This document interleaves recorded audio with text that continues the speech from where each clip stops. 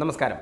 GST പരിഷ്കരണം നടപ്പിലായിരിക്കുകയാണ്. ഇതുമായി ബന്ധപ്പെട്ട് നമ്മളോട് പ്രതികരിക്കാനായുള്ളത് ഈ മേഖലയിൽ ഒരുപാട് കാലമായി പ്രവർത്തിക്കുന്ന ഷെവ്ലിയാർ സി ചാക്കുണ്ണിയാണ്. നമസ്കാരം. ഈ ഒരു GST പരിഷ്കരണം ജനങ്ങൾക്ക് എത്രമാത്രം ഗുണം ചെയ്യുമെന്നുള്ളതാണ് നോക്കിക്കാണുന്നത്? ഈ പരിഷ്കരണം ജനങ്ങൾക്ക് മാത്രമല്ല, വ്യാപാരി സമൂഹത്തിനും നികുതിദായകർക്കും സേവനദാതാക്കൾക്കും ഒരുപോലെ ഗുണം ചെയ്യുന്നതും നിരന്തരം ഇതുമായി ബന്ധപ്പെട്ട യോഗങ്ങളിൽ നമ്മൾ കേന്ദ്ര സംസ്ഥാന സർക്കാരോട് ആവശ്യപ്പെട്ട കാര്യമായിരുന്നു. ഇതിലേറ്റവും വലിയ നേട്ടം 4 തട്ടിലാണ് നികുതി ഉണ്ടായിരുന്നത്. 5%, 12%, 12%, 28%. അതിപ്പോൾ 2 തട്ടിലായി എന്നുള്ള തന്നെ വലിയൊരു ആശ്വാസമാണ്.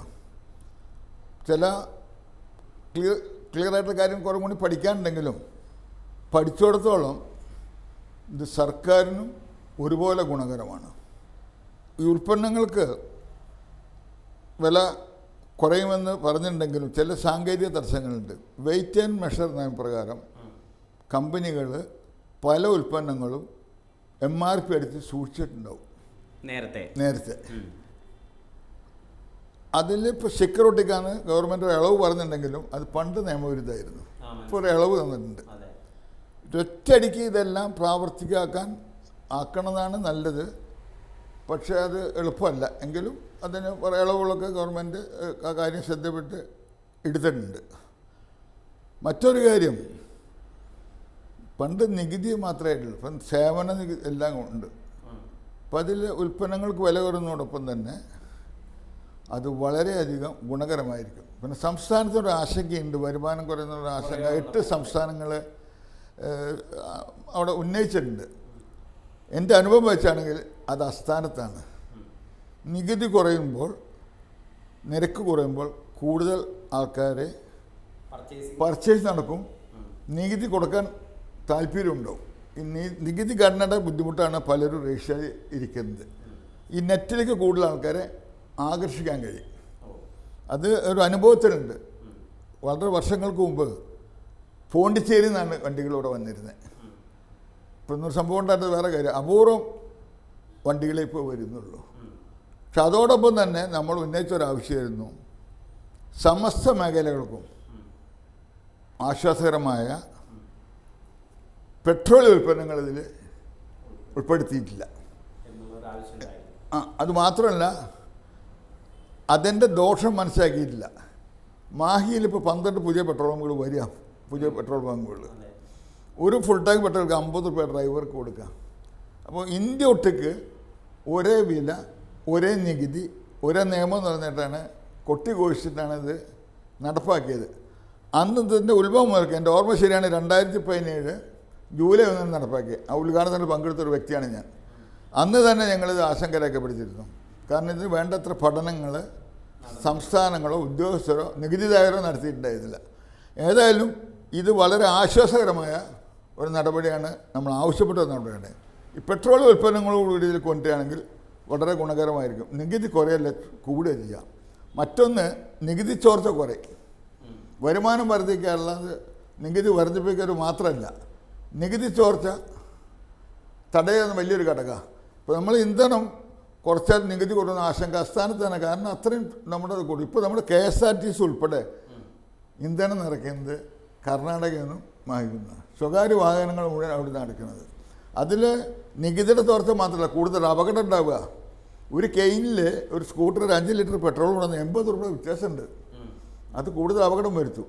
എന്തുകൊണ്ടും ഈ തീരുമാനം വളരെ ഗുണകരമാണ്. സാധാരണ ഉപഭോക്താക്കളെ സംബന്ധിച്ച് എങ്ങനെയായിരിക്കും ഇതിൻ്റെ ഒരു ആശ്വാസം കിട്ടുക എന്നുള്ള കാര്യങ്ങളാണ് അവരറിഞ്ഞിരിക്കേണ്ടത്. കാരണം ഒരു സാധാരണ വാങ്ങാൻ പോകുന്ന ഒരാളെ സംബന്ധിച്ച് അയാൾ ഈ GST എത്രയായി ഇങ്ങനെ പരിശോധിക്കുക, ഇതിൻ്റെ കണക്ക് നോക്കുക എന്നുള്ളതൊക്കെ എത്രമാത്രം പ്രായോഗികമാണ്.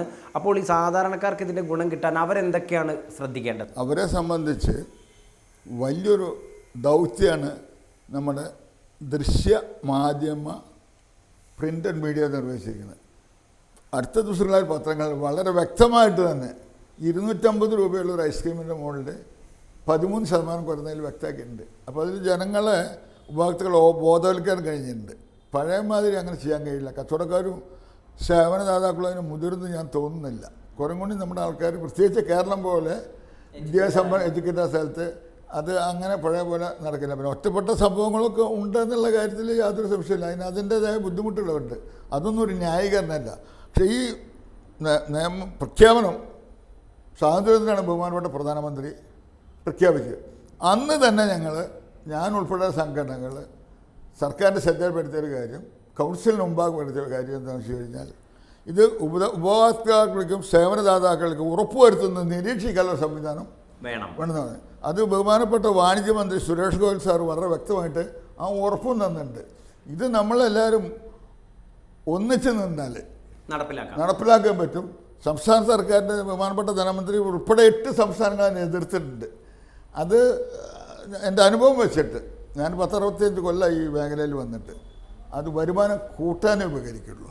അതാണ് അതിൻ്റെ പ്രത്യേക കാരണം. ഇപ്പോൾ ഒരു വാഹനത്തിൻ്റെ മുകളിൽ തന്നെ പണ്ട് ഞാൻ ഒന്നും കൂടെ ആവർത്തിക്കുന്നില്ല, പോണ്ടിച്ചേരി രജിസ്റ്ററുള്ള വാഹനങ്ങൾ വളരെ കുറവല്ല. ഇത് നികുതി ചോർച്ച തടയാന്നുള്ള ഉള്ള നികുതി ദ്രോഹിക്കാതെ നല്ല രീതിയിൽ അത് പിരിച്ചെടുക്കുക എന്നുള്ളത്, നികുതി കുടിശ്ശികൾ പിരിച്ചെടുക്കുക എന്നുള്ളതാണ് വലിയൊരു ദൗത്യം. ആ ദൗത്യം ഭംഗിയായിട്ട് നിർവഹിച്ചു കഴിഞ്ഞാൽ എല്ലാ പഴയ മാതിരി കച്ചവടക്കാരുടെ മനസ്ഥിതി മാറിയിട്ടുണ്ട്, സമീപനം മാറിയിട്ടുണ്ട്.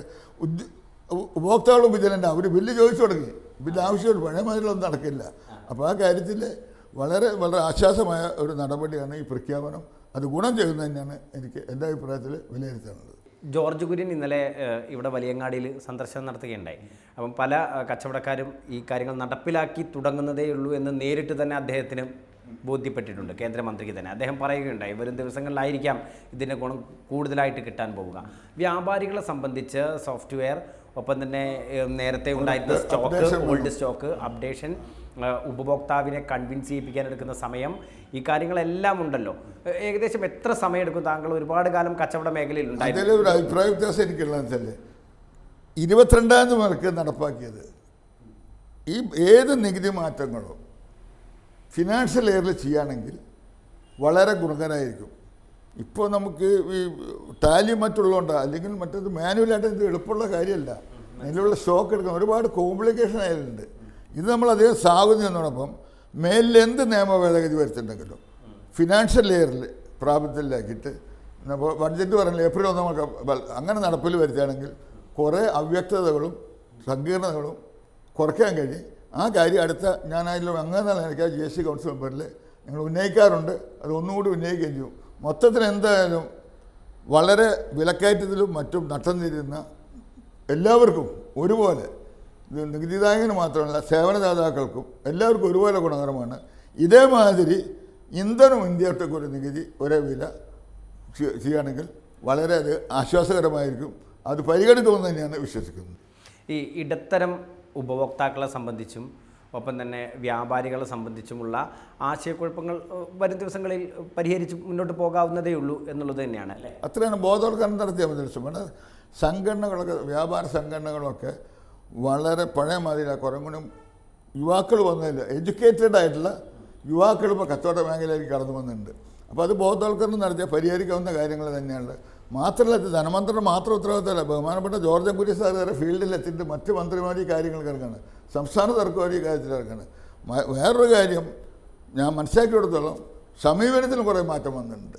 ഈ ഉദ്യോഗസ്ഥൻ്റെ, പ്രത്യേകിച്ച് കേന്ദ്ര GST വകുപ്പിൻ്റെ സമീപനത്തിൽ വളരെയധികം മാറ്റം വന്നിട്ടുണ്ട്.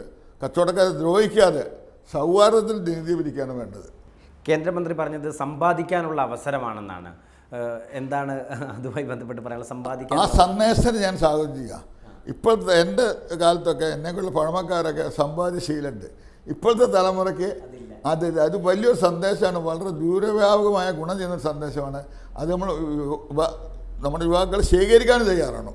അടിച്ചു പൊളിച്ചത് ചെയ്ത് പിന്നെ പരാജയപ്പെടുന്നതിൻ്റെ ഭരണ കാരണം ഓരോരുത്തരും അവരാരാന്ന് അവരെ മനസ്സിലാക്കണം. BMW അങ്ങനെയുള്ള വില കൂടിയ കാറുകളൊക്കെ വാങ്ങുന്നതിന് ഞാനെതിരല്ല. നമ്മളെ മനസ്സിലാക്കി മുന്നോട്ട് പോകണമെങ്കിൽ ഇപ്പോൾ വേറെ ബുദ്ധിമുട്ടില്ല. കണ്ടമാനം പലിശയ്ക്ക് ലഭിക്കൽ വളരെ ഈസിയാണ്, പലിശയ്ക്ക് എടുക്കാൻ വളരെ എളുപ്പമാണ്, അത് അടയ്ക്കാൻ വലിയ ബുദ്ധിമുട്ടാണ്. അത് നല്ലൊരു സന്ദേശമാണ് അതിലുള്ളത്. അതിൻ്റെ നല്ല സ്പിരിറ്റിൽ എടുക്കുകയാണെങ്കിൽ വളരെ ഗുണകരമായിരിക്കും. എന്തായാലും ഇത്രയും നേരം സംസാരിച്ചതിൽ വളരെയധികം സന്തോഷം. നന്ദി.